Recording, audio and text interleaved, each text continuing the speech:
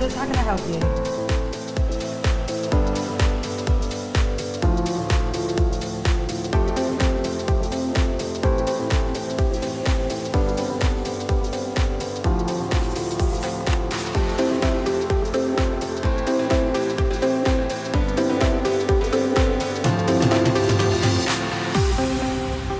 We're architects in practice and designers, and we're doing pretty well. But the market is fickle and you can't predict where your next business is going to come in. And we were working with a lot of financial clients at the time. And those financial clients were piling their technology on the desks.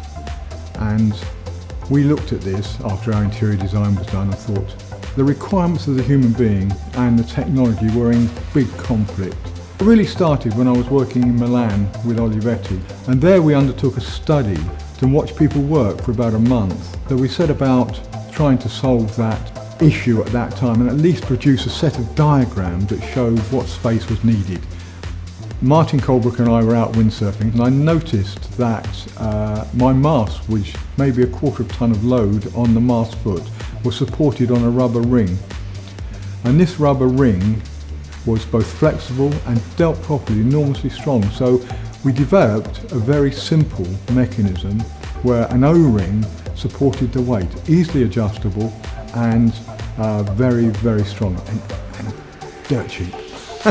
And then eventually we developed what really must be considered the first monitor arm and the first proper workstation in the world. And that came from cracking across the waves.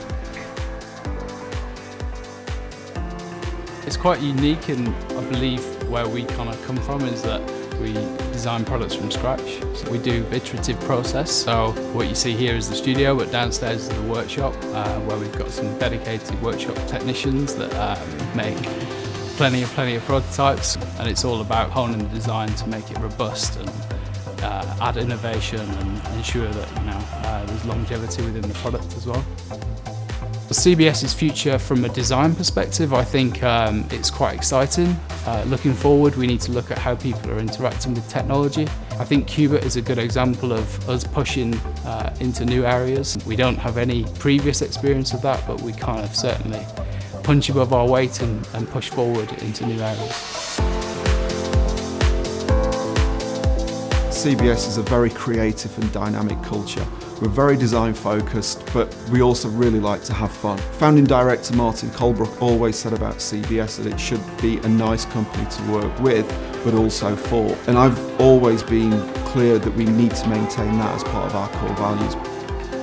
We're all different heights, we're all different shapes, we're all different sizes, but the really great thing about our products is that you can personalise any workspace or any environment really where there is a screen involved to suit your physical needs, which means from an ergonomic perspective you can work more efficiently, you can play more efficiently. We know that vision drives posture.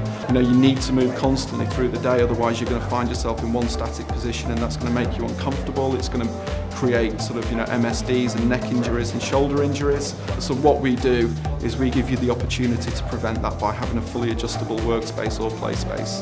And that is what we want to do, drive human performance and improve people's well-being.